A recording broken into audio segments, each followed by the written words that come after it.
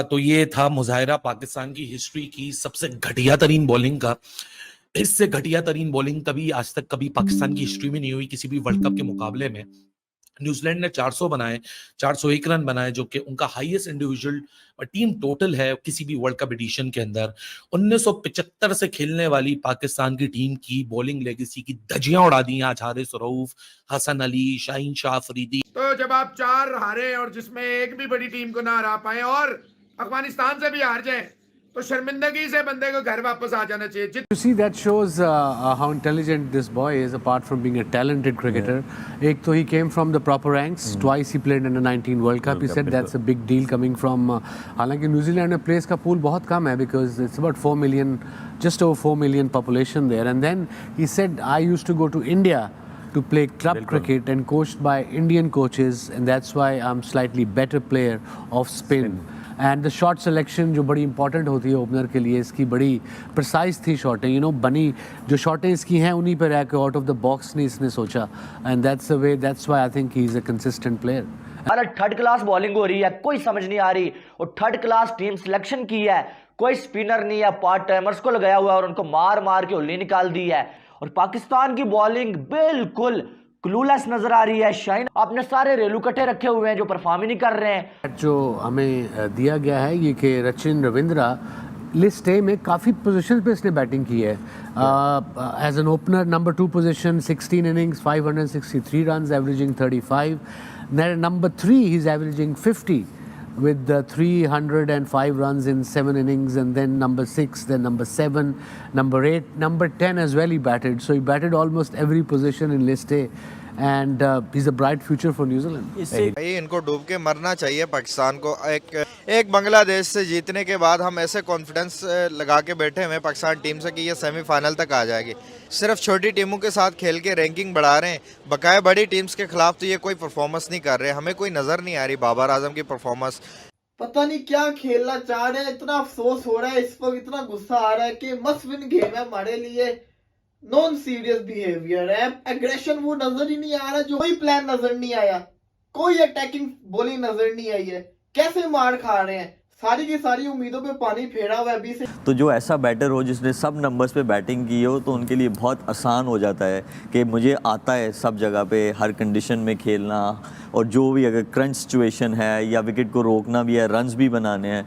So we seen that कि उनको ये सारी जो चीज़ें हैं उनको पता है। और अच्छा, लेकिन आज वो एक उन्होंने इंडियन बॉलर खिलाया है, इंडियन बॉलर खिलाया उन्होंने, स्पिन बॉलर।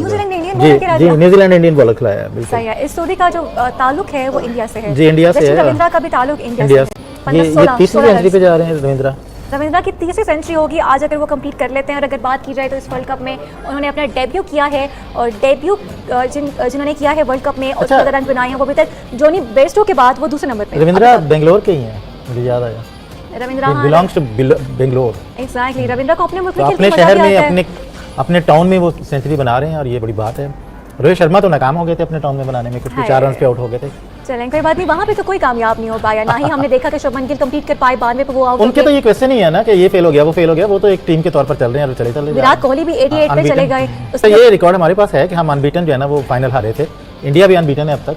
99 की बात करें, हम ऑस्ट्रेलिया से हारे नहीं थे एक मैच। नहीं, अनबीटन थे, फाइनल में हारे थे। चले जी, फाइनल में हम लोग हारे थे, और चलें देख लेते हैं क्या होता है। इंडिया क्या चौक करेगा सेमीफाइनल में। और पूरे वर्ल्ड कप में 10 विकेट नहीं ले सके पाकिस्तान के जो स्पिनर्स है ना भाई साहब, उन्होंने इस टाइम जो है वो तबाही मचवा दी है।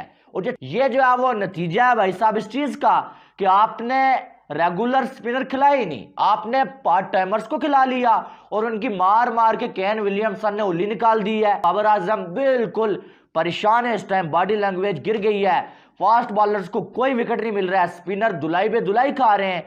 तो ये जो कुछ और ही करते हैं।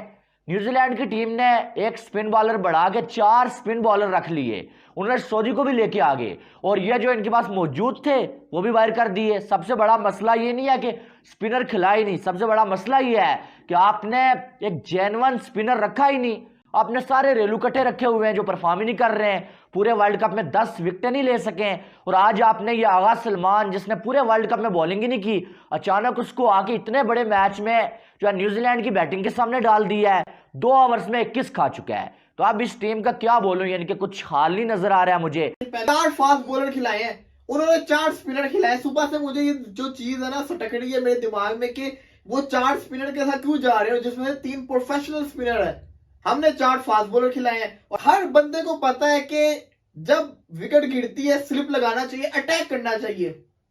बाबर आजम को ये नहीं पता कि स्लिप लगानी है मैंने।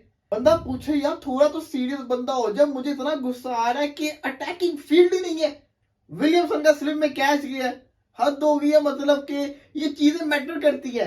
होता है पाकिस्तानी टीम के अंदर शहनशाह अफरीदी लगातार हो गया पूरे वर्ल्ड कप में। बता दो शहनशाह अफरीदी अगेंस्ट बांग्लादेश के अलावा कब उसने न्यू बॉल से अच्छी बॉलिंग की है? बांग्लादेश वाले मैच में भी उसके कैचेस हुए थे बॉल के ऊपर। कोई सीरियसनेस नजर नहीं आ रही इस टीम के अंदर, कुछ नजर नहीं आ रहा। बुरा हाल इस वक्त यहाँ पे हुआ है। उनकी बॉलिंग की परफॉर्मेंस चल रही है ना, ये बाकी टीमों की निस्बत की बॉलिंग डिजर्व नहीं करती है ऊपर जाना।